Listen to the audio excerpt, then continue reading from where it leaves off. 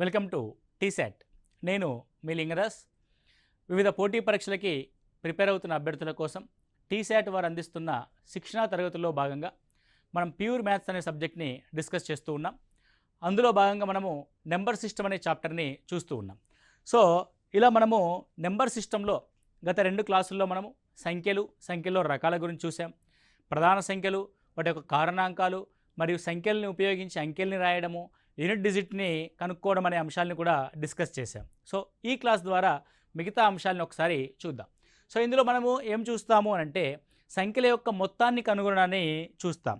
So ఇక్కడ సంఖ్యల యొక్క మొత్తం అనుకోండి, ఇప్పుడు న్యాచురల్ నెంబర్స్ ఉంటాయి.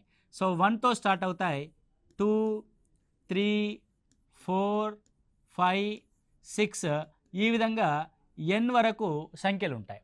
విధంగా n వరకు సంఖ్యలు ఉంటే వీటి యొక్క మొత్తాన్ని మనం ఏ విధంగా రాస్తాము అన్నప్పుడు మనం చూస్తాం. దీన్ని ఏమంటారంటే సమ్ ఆఫ్. సో ఈ సింబల్ ఏంటంటే సమ్మేషన్ అనే సింబల్, అంటే 1 నుంచి n వరకు ఉండే సంఖ్యల యొక్క మొత్తము అని అర్థం, అంటే some of n. Okay, so n is equal to 1 to n అని ఈ విధంగా టెక్నికల్గా రాస్తాం. సో మీరంత టెక్నికల్ వర్డ్స్ వైపు వెళ్లకుండా n సహజ సంఖ్యల యొక్క మొత్తం అని రాసుకోండి. ఏమని రాస్తాం మనం? మొదటి n, మొదటి అంటే 1 నుంచి ప్రారంభం కావాలి. n సహజ సంఖ్యల మొత్తం, మొదటి n సహజ సంఖ్యల మొత్తము అన్న విషయాన్ని మనం ఇక్కడ రాస్తాం. సో మొదటి n సహజ సంఖ్యల యొక్క మొత్తాన్ని మనం ఏ విధంగా కనుక్కుంటాము అని అంటే వెరీ సింపుల్ అండి. దీనికి ముందు ఒక చిన్న కాన్సెప్ట్ మీరు ఇక్కడ చూడండి. సో ఇప్పుడు 1 ఉంది, 2 ఉంది, 3 ఉంది, 1, 2, 3. 1, 2, 3 యొక్క యావరేజ్ సగటు ఏమవుద్దో ఒకసారి చూడండి. సగటు అంటే ఏంటంటే అర్థం సంఖ్యల యొక్క మొత్తము బై ఎన్ని సంఖ్యలు ఉన్నాయి. సంఖ్యల యొక్క మొత్తం 1 + 2 3, 3 + 3 6 బై 1 2 3 3 సంఖ్యలు ఉన్నాయి, 2. 1 2 3 యొక్క సగటు ఎంత? 2. 1 2 3 4 యొక్క సగటు కనుక్కోండి. 4 యొక్క సగటు. సో సగటు ఈజ్ ఈక్వల్ టు అంకెల మొత్తము బై అంకెల సంఖ్య. అంకెల మొత్తం 3 + 3 6, 6 + 4 10 బై 4. గమనిస్తే 2 2s 4 3 7 7 3 10. సో గమనిస్తే 10 బై 4 అని రాస్తాం. 5 బై 2 అంటే ఇట్ ఈజ్ 2.5. ఓకే, అదేవిధంగా 1, 2, 3, 4, 5 ఉన్నాయి అనుకోండి. సో దీని యొక్క సగటు ఏమవుతుంది? 1 + 2 3, 3 + 3 6, 6 + 4 10, 10 + 5 15, 15 బై 5 3. ఈ 3 ఎగ్జాంపుల్స్ నుంచి నువ్వేం గమనించావు అన్న విషయాన్ని మీరు ఇక్కడ చూస్తే 1 2 3 యొక్క సగటు 2, ఇది ఖచ్చితంగా వాటి మధ్యలో ఉన్న సంఖ్య. 1 2 3 4 యొక్క సగటు 2.5, 2.5 కూడా ఖచ్చితంగా ఆ 1 2 3 4కి మధ్యలో ఉన్న సంఖ్య, అంటే ఒక విలువ. 1 2 3 4 5లో 3 కూడా దాని యొక్క యావరేజ్, అంటే వాటి మధ్యలో ఉన్న సంఖ్య, వాటి మధ్యలో ఉన్న సంఖ్య. సో దాంతోపాటు నువ్వు ఇంకొక విషయాన్ని ఇక్కడ గమనించాను. ఏం గమనించాలి అని అంటే, సో 2 ఎలా వస్తుందంటే 3 + 1/2 కూడా 2a, అంటే గరిష్ట సంఖ్య కనిష్ట సంఖ్య యొక్క సగటు కూడా ఆ మొత్తం సంఖ్యల యొక్క సగటు అవుద్ది. 4 + 1 5/2 కూడా సగటే. 5 + 1 6/2 కూడా సగటే. అంటే సగటు ఏమవుతుంది? ఏవైనా వరుస సంఖ్యల యొక్క సగటు మొదటి సంఖ్య మరియు చివరి సంఖ్యల యొక్క సగటు అవుతుంది. ఏంటి మొదటి సంఖ్య? 1. ఏంటి చివరి సంఖ్య? n. 1 మరియు nల యొక్క సగటు. సో ఇక్కడ ఏం చేస్తున్నా నేను? ఫస్ట్ సహజ సంఖ్యల యొక్క సగటు రాస్తున్నా. ఫార్ములాస్ని అప్పుడప్పుడు బ్లైండ్గా గుర్తుపెట్టుకోకుండా కొంత కాన్సెప్ట్ నేర్చుకుంటే ఈజీ ఉంటుందండి. కొన్ని ఫార్ములాస్ బ్లైండ్గా గుర్తుపెట్టుకోవాల్సిన అవసరం ఉంటుంది, అప్పుడు గుర్తుపెట్టుకుంటాం. సో n + 1/2, n + 1/2 ఇది సగటు. ఏవైనా ఇవ్వబడిన n అంశాల యొక్క సగటు కనుక మనకుంటే వాటి యొక్క మొత్తం ఏమవుతుందంటే n అంశాలు ఇంటూ సగటు అవుతుంది. ఇప్పుడు చూడండి, సగటు యొక్క ఫార్ములా ఏంది? సగటు ఈజ్ ఈక్వల్ టు సంఖ్యల మొత్తం బై సంఖ్యల సంఖ్య. నీకు కావాలి సంఖ్యల మొత్తం కావాలి. సంఖ్యల మొత్తం కావాలంటే సగటుని సంఖ్యల యొక్క సంఖ్య చేత మల్టిప్లై చేయాల్సి ఉంటుంది. కాబట్టి వెరీ సింపుల్. సో సహజ సంఖ్యల మొత్తం ఈజ్ ఈక్వల్ టు సగటు ఇంటూ సంఖ్యల సంఖ్య. ఇది n అంకెల సంఖ్య సగటు కాబట్టి సగటు n+1/2 ఇంటూ n అని రాస్తాం. దాన్ని ఫార్ములేట్ చేస్తే n ఇంటూ n+1/2 అవుతుంది. అంటే సహజ సంఖ్యల యొక్క మొత్తానికి ఫార్ములా ఏంది? n into n+1/2. ఒకవేళ బేస్ సంఖ్యలు ఉన్నాయనుకోండి 1, 3, 5, 7 మీకు ఆల్రెడీ చెప్పాం. బేస్ సంఖ్యల యొక్క సంఖ్య ఎన్నవ సంఖ్య ఏమవుద్దంటే 2n-1 అవుద్ది. Okay, very simple, 2n-1. So దీని యొక్క సగటు అంటే ఏం రాస్తాం మనము? మొదటి మరియు చివరి సంఖ్యల యొక్క మొత్తం 2n-1 + 1/2 ఇంటూ ఇవి n అనే సంఖ్యలు ఉంటాయి, ఎందుకంటే ఇది nవ సంఖ్య కాబట్టి. సో ఇక్కడ -1 + 1 cancel, 2n/2 cancel, n into n square. అంటే 1 నుంచి n వరకు, అంటే 1 నుంచి n బేస్ సంఖ్యల యొక్క మొత్తం, n వరకు కాదు, n బేస్ సంఖ్యలు ఉంటాయి. సో మొదటి నుంచి 20 బేస్ సంఖ్యలు ఉన్నాయనుకోండి, దాని యొక్క మొత్తము 20 స్క్వేర్.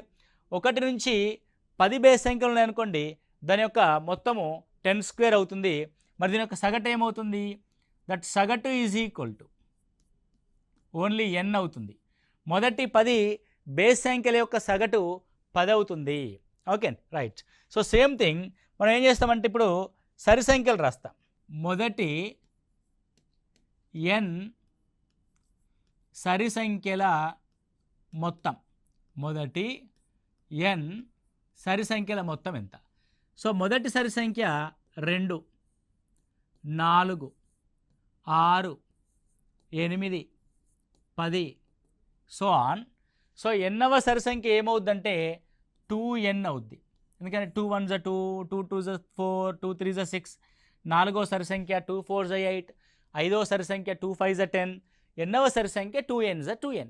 కాబట్టి ఇప్పుడు వీటి యొక్క మొత్తాన్ని కనుక మనం గమనిస్తే సగటు ఏమవుతుంది? First thing we are going to write మొదటి n సరి సంఖ్యల యొక్క సగటు, that is 2n + 2/2. when we common the 2n+1/2, so that is equal to n+1. కాబట్టి మొదటి n సరి సంఖ్యల యొక్క సగటు ఎంత అంటే n+1. మరి వాటి యొక్క మొత్తం ఎంత అంటే, వాటి యొక్క మొత్తం ఎంత అంటే n అనే సరి సంఖ్యలు ఉన్నాయి కాబట్టి n into n+1, n into n+1. So ఈ మూడు అంశాలు మనము ఒక చోటికి చేర్చుదాం. ఓకే, సో మొదటి n, మొదటి నుంచి అంటున్నాను, మొదటి n సహజ సంఖ్యలు.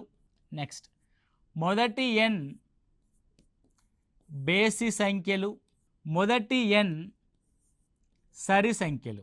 వాటి యొక్క మొత్తము ఎంత? వాటి యొక్క సగటు ఎంత?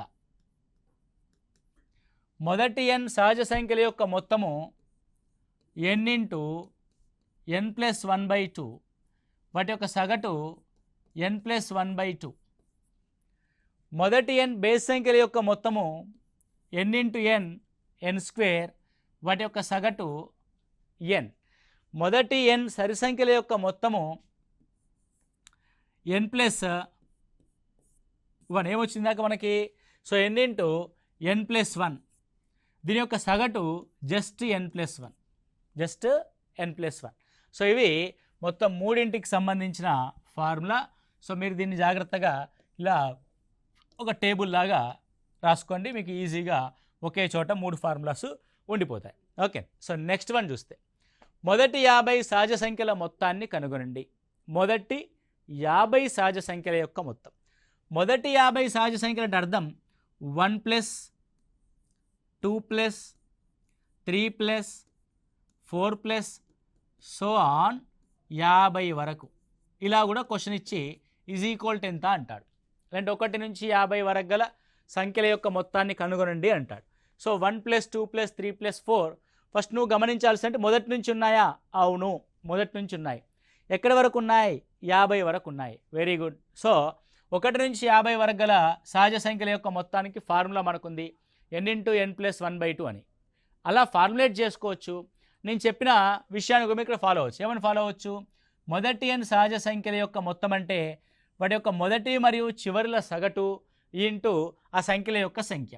కాబట్టి 50 + 1 ఇదే n+1 into n/2. So 225. Now 51 into 25. 25 ones are 25. So 25 twos are 125 plus 2 1275. కాబట్టి 1275 అవుతుంది. మరి వాటి యొక్క సగటు ఏమవుతుంది? వాటి యొక్క సగటు అంటే సింపుల్ n+1/2 అవుతుంది. అది 50 ప్లస్ 1/2, 51/2 అంటే 20.5 అవుతుంది. So what is the average?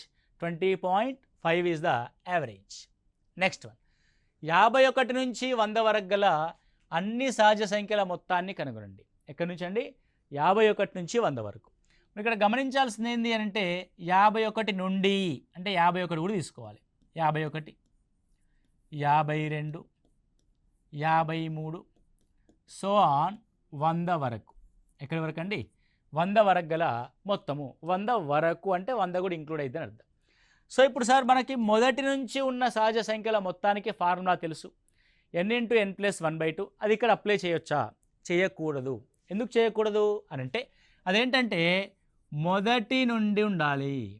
మొదటి నుండి అంటే ఏంటంటే 1 నుంచి 100 వరకు ఉంటే ఓకే, కానీ మధ్యలో ఉన్నప్పుడు ఆ పద్ధతిని మనం వాడము. మరి ఎలా వాడతాము, ఎలా ఉపయోగిస్తాము అన్న అంశాన్ని కనుక మనం ఇక్కడ గమనిస్తే, సో 51 నుంచి 100 అన్నాడు కదా, నువ్వు సగటు కాన్సెప్ట్ ఇక్కడ వాడతాం. సో ఏంటి సగటు యొక్క కాన్సెప్ట్? చివరి సంఖ్య మరియు మొదటి సంఖ్యల యొక్క సగటు. ఏంటిది? 100 + 51/2. ఇది దీని యొక్క సగటు. సగటు ఇంటూ ఉన్న సంఖ్యలు ఎన్ని ఉన్నాయి? 51 నుంచి 100 వరకు. సాధారణంగా 1 నుంచి 100 వరకు 100 సంఖ్యలు ఉంటాయి. 51 నుంచి అన్నాం కాబట్టి ఫస్ట్ 50 లేవు. అంటే 100లో మొదటి 50 లేవు అని అంటే చివరి 50 మాత్రమే ఉన్నాయి. అర్థమైంది? ఇప్పుడు ఫర్ ఎగ్జాంపుల్ 1 నుంచి 50 వరకు 50 సంఖ్యలు, తర్వాత 51 నుంచి 100. మీరు ఒకసారి గమనించండి, 1 నుంచి 100 వరకు ఉండే సంఖ్యలు ఎన్ని? 100 సంఖ్యలు ఉంటాయి. 1 నుంచి 50 వరకు ఉండే సంఖ్యలు ఎన్ని? 50. మరి 51 నుంచి 100 వరకు ఉండేటి ఎన్ని? 50. మనకు కావాల్సింది 50 సంఖ్యలే కదా. దాని యొక్క సగటు ఇంటూ సంఖ్యల సంఖ్య. How many numbers are there? So 50 numbers are there. So that is 25. Now 151 into 25. సో 25 ones are 25. 25 fives are 125 plus 2 127. 25 ones are 25. This is 3775. 3775గా మనం దాన్ని రాస్తాము. ఓకే. సో మొత్తం 51 నుంచి 100 వరకు గల సహజ సంఖ్యల మొత్తం ఎంత? 3775. నెక్స్ట్ వన్ చూస్తే మొదటి 20 బేస్ సంఖ్యల మొత్తాన్ని కనుగొనండి. సో బేస్ సంఖ్యలు మరియు సరి సంఖ్యలు అన్న కాన్సెప్ట్ వచ్చినప్పుడు నువ్వు రాయగలిగే బేస్ సంఖ్యల్ని సరి సంఖ్యల్ని కొద్దిగా ఆలోచించి రాయాల్సి ఉంటుంది. ఇక్కడ చూడండి, మొదటి 20 అన్నాడు. మొదటి బేస్ సంఖ్య ఏంటి? 1. తరువాతి బేస్ సంఖ్య 3. తరువాతి బేస్ సంఖ్య 5. ఇప్పుడు నాకు చెప్పును, 20వ బేస్ సంఖ్య ఏది? 20 బేస్ సంఖ్యలు ఉండాలి. అంటే బేస్ సంఖ్యలు వరుసగా నిలబెట్టి లెక్క పెడితే 1 2 3 4 అలా 20 లెక్క పెడితే మొదటి బేస్ సంఖ్య 1, రెండవ బేస్ సంఖ్య 2 కాదు 3. రెండవ బేస్ సంఖ్య ఎంత అండి? 3. మూడవ బేస్ సంఖ్య 5. నాలుగవ బేస్ సంఖ్య 7. అర్థమైంది? అంటే మనం తీసుకునే అంటే కౌంటింగ్ నెంబర్కి మనం తీసుకుంటున్న బేస్ సంఖ్యకి ఏదో కొంత గ్యాప్ ఉంది. ఎలా మనం ఫైండ్ అవుట్ చేస్తాము అన్న విషయాన్ని గమనిస్తే, సో nth ఆడ్ నెంబర్ దీన్ని nవ బేస్ సంఖ్య, nవ బేసి సంఖ్య అని అంటే ఏ విధంగా రాస్తామంటే the nth odd number is equal to 2n - 1. 2n - 1 అంటే 20వ బేస్ సంఖ్య అంటే ఏమవుద్ది ఇక్కడ అంటే 2 × 20 40 - 1 39 39 అవుతుంది. అంతే కానీ 20వ బేస్ సంఖ్య 20 కాదు, 20వ బేస్ సంఖ్య 21 కూడా కాదు, 20వ బేస్ సంఖ్య ఏమవుద్దండి 39 అవుతుంది. ఇప్పుడు మనకు కావాల్సిన ఎంత బేస్ సంఖ్య అన్నాడు కాబట్టి ఆ n అనే నెంబర్ని డబల్ చేసి ఒకటి తగ్గించండి. సో అది 39 అవుతుంది. ఇప్పుడు వీటి యొక్క మొత్తాన్ని కనుక్కుందాం. మామూలుగా నీకు మొదటి 20 బేస్ సంఖ్యల యొక్క సగటు తెలుసు n² అంటే డైరెక్ట్గా ఫార్ములా వేసి చేయొచ్చు 20² అని, దట్ ఈజ్ ఈక్వల్ టు 400 వస్తుంది. As per the formula direct question మనం చేసాం. కానీ నేను ఇక్కడ ఏం చెప్తుంటే కాన్సెప్ట్ మీకు డిస్కస్ చేయడానికి నేను ట్రై చేస్తూ ఉన్నా. సో ఇవి వరుస సంఖ్యలే. వరుస సంఖ్యలు అని అంటే అర్థం సంఖ్యకి సంఖ్యకి మధ్య సేమ్ గ్యాప్ ఉండాలి, వాటిని వరుస సంఖ్యలు అంట.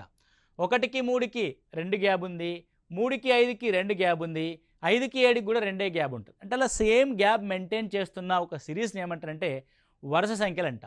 వరుస సంఖ్యల యొక్క మొత్తం ఏమవుద్దంటే వాటి యొక్క ఫస్ట్ అండ్ లాస్ట్ యొక్క సగటు 39 ప్లస్ 1/2 ఇంటూ ఆ వరుసలో ఉన్న సంఖ్యల సంఖ్య 20 సంఖ్యలు ఉన్నాయి, 40/2 into 20, 20 is 400. So what is the value 400. Okay clear sir, మీరు ఇంత n² అని 400 వేస్తే అయిపోద్ది కదా, ఇంత స్టోరీ చెప్పాలా మాకు అని మీరు అనుకుంటున్నారు కదా.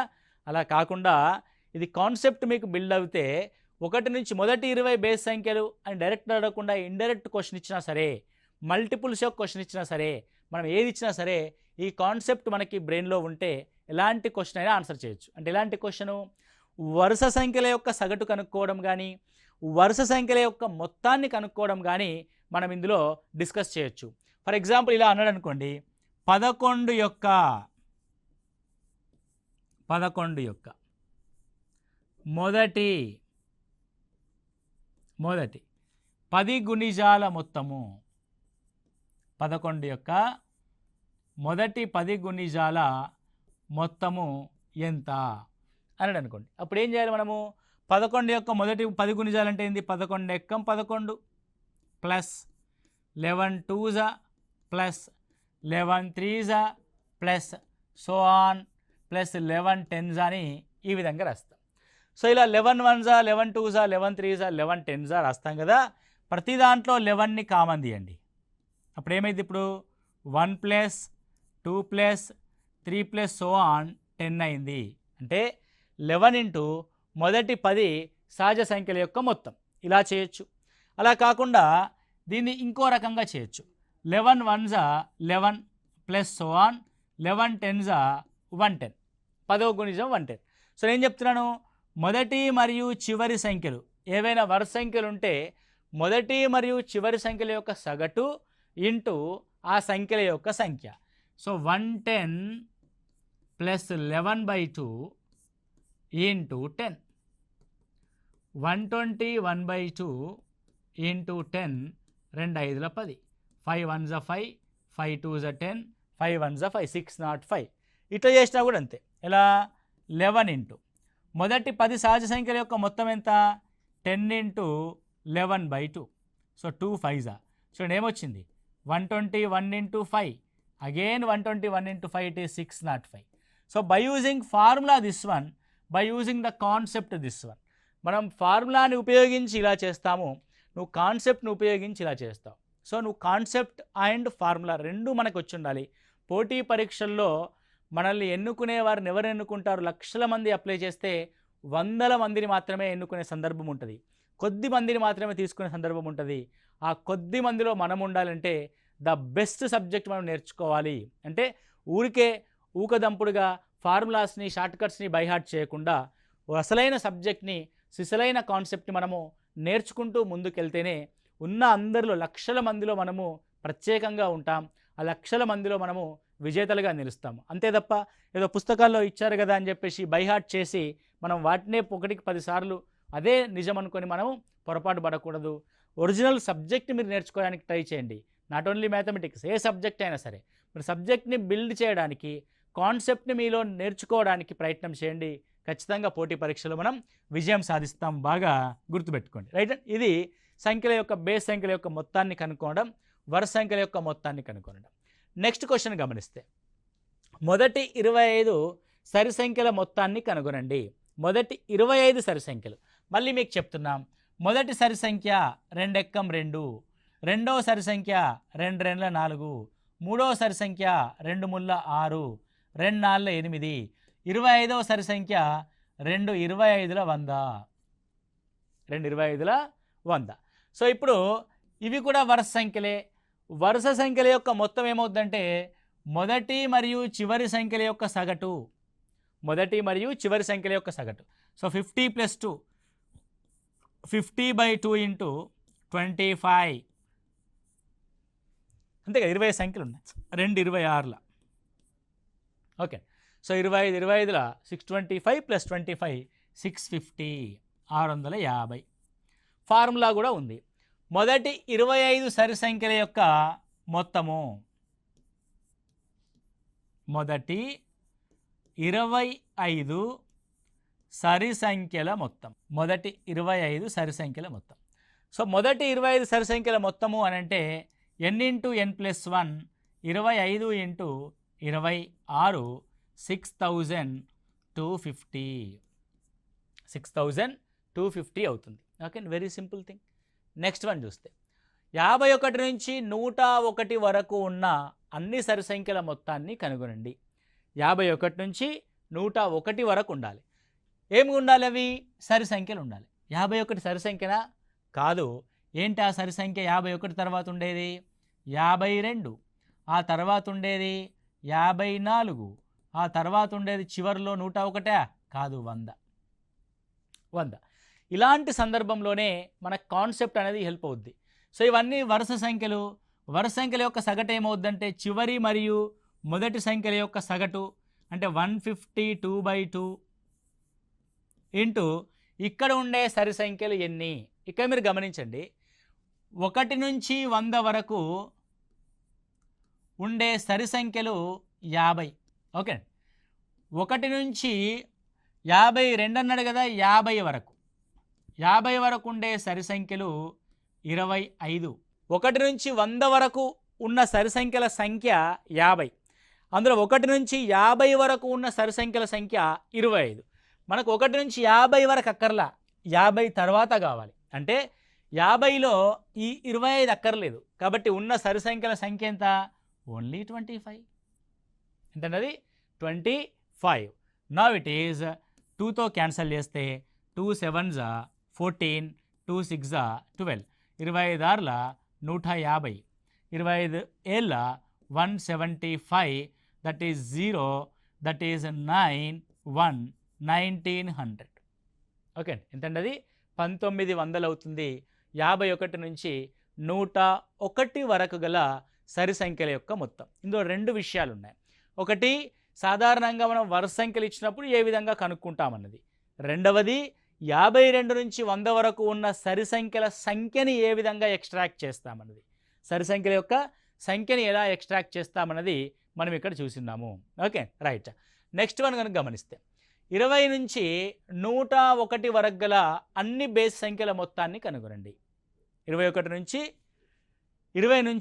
101 వరకు గల అన్ని బేస్ సంఖ్యల మొత్తాన్ని కనుగొనండి. ఇందాకనేమో సరి సంఖ్యల గురించి మాట్లాడినాం, ఇప్పుడేమో బేస్ సంఖ్యల గురించి మాట్లాడుతాం. ఎలా ఎక్స్ట్రాక్ట్ చేస్తాం బేస్ సంఖ్యల్ని ఒకసారి గమనించండి.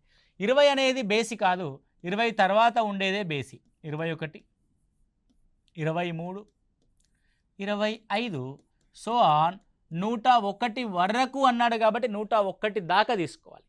101 లోపు అని అంటే 101కి ముందు తీసుకోవాలి. అది 100 అయితే 100, 99 అయితే 99. రైట్. ఇప్పుడు ఇక్కడ గమనించండి, 101 అంటున్నాడు. నేను ఏం చేస్తానంటే ఫస్ట్ 1 నుంచి 100 వరకు రాస్తా. 1 నుంచి 100 వరకు. 1 నుంచి 100 వరకులో సరి సంఖ్యలు 50 ఉంటాయి, బేసి సంఖ్యలు 50 ఉంటాయి. 100 తర్వాత ఉన్న 101ది కదా, 101 బేస్ సంఖ్య అన్నది ఎన్నో బేస్ సంఖ్య అవుద్ది? 50 తర్వాత వచ్చే రూల్ నెంబర్ 51. 101 దాని వాల్యూ. 50 బేస్ సంఖ్యలు 100 వరకు ఉన్నాయి. సో నెక్స్ట్ వచ్చే బేస్ సంఖ్య 101ది 51వ బేస్ సంఖ్య. అంటే మనం క్లియర్గా అర్థం చేసుకుంటే ఏంది, ఇప్పుడు 1 నుంచి 101 వరకు ఉండే సరి సంఖ్యలు 50, ఉండే బేసి సంఖ్యలు 51. 1 నుంచి 101 వరకు 51 ఉంటాయి. కానీ మనకి ఇక్కడ 1 నుంచి 151 లేవే, 21 నుంచే ఉన్నాయి. అంటే ఏవి లేవు, 1 నుంచి 20 వరకు ఉన్న సంఖ్యలు లేవు, అంటే వీటిని తొలగిస్తాము. అంటే 1 నుంచి 20 వరకు ఎన్నైతే బేస్ సంఖ్యలు ఉంటాయో అవి మనకు అక్కర్లేదు అని అర్థం.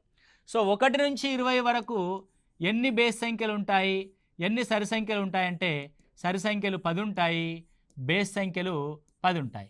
కాబట్టి 51లోంచి 10ని తీసేస్తే ఉండే బేసి సంఖ్యలు 41. కాబట్టి ఈ మధ్యలో ఈ గ్యాప్లో ఉండే సంఖ్యలు ఎన్ని అంటే 41 సంఖ్యలు ఉంటాయి.